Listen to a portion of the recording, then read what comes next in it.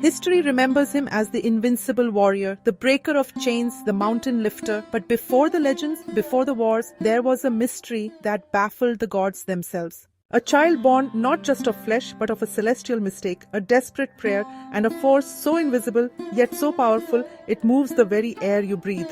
Who was this child, and why did the cosmos conspire to bring him into existence? To understand the end of the story, we must first look at a woman trapped in a form that wasn't hers. Her name was Anjana. In the halls of the heavens, she was a masterpiece of grace, a celestial Apsara named Punjikasthala. But a single moment of vanity, a slight against a sage, triggered a terrifying curse. The curse was specific. She was transformed into a Warner, a monkey woman, with the curse ending only when she gave birth, by Shiv's grace, to a heroic son, and could then return to her celestial state. Cast out from the heavens, she found herself on earth, roaming the dense forests of the Anjaneri mountains. But Anjana wasn't alone. She was married to Kesri, a powerful chieftain of the Warner clan. He was a king of the woods, a man of immense physical strength and unwavering loyalty. They lived a life of royalty amidst the trees, but their palace felt empty. Kesri and Anjana had everything: status, power, and each other. But they lacked the one thing that could break the sting of Anjana's curse: a son. For 12 long years, Anjana did the unthinkable.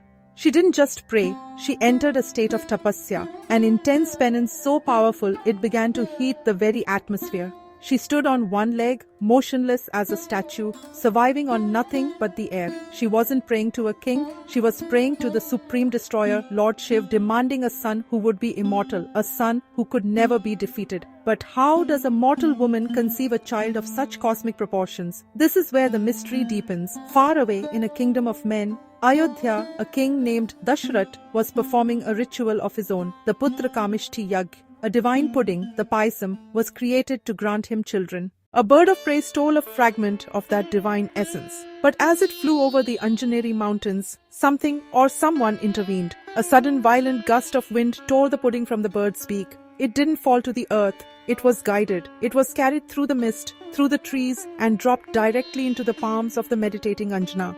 She consumed it, sensing the presence of a great power. She didn't know it yet, but she had just become the vessel for a power that would change the fate of the world.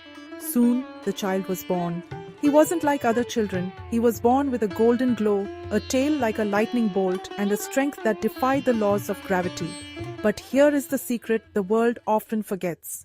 While Kesri was his earthly father and gave him his lineage, there was a second father, a silent architect. The wind that guided the divine pudding, it wasn't just whether it was the breath of the cosmos. Hanuman is the Vayu Putra, the son of Vayu, the god of the wind. Vayu didn't just deliver the essence, he transmitted his own speed, his own boundlessness, and his own life force into the child. This is why Hanuman can fly. This is why he cannot be caught, because how do you capture the wind? The mystery of his birth tells us one thing: when the heavens, the earth, and the very air we breathe align, a hero is born who can change the destiny of the universe. When Hanuman was a little boy, he woke up one morning with an empty stomach and a powerful hunger. Looking up, he spotted a glowing red orb high in the sky, shining brilliantly like a luscious fruit. Believing it to be something he could eat, the young Hanuman bounded into the air, eager to grab and taste it. But what he thought was a fruit was actually the rising sun. Seeing Hanuman reaching for the sun, Indra, the king of the gods, decided to stop him. He hurled his thunderbolt at the child, striking Hanuman on the chin. The blow sent him tumbling down to earth, lifeless and with his jaw injured. Because of this wound, he came to be known as Hanuman, meaning the one with a disfigured jaw. Heartbroken by his son's death, Vayu, the wind god and Hanuman's father, withdrew from the world in grief. Without Vayu's presence, all life began to weaken, as there was no air left to breathe. The suffering moved Lord Shiv to act. He restored Hanuman's life. Reunited with his revived son, Vayu returned, and the world once again filled with air and vitality. Next time you feel a breeze against your face, remember that same force once carried the soul of an immortal. If you enjoyed this deep dive into the shadows of Indian legends, hit that subscribe button. The legends are just beginning. Thanks and take care until next time.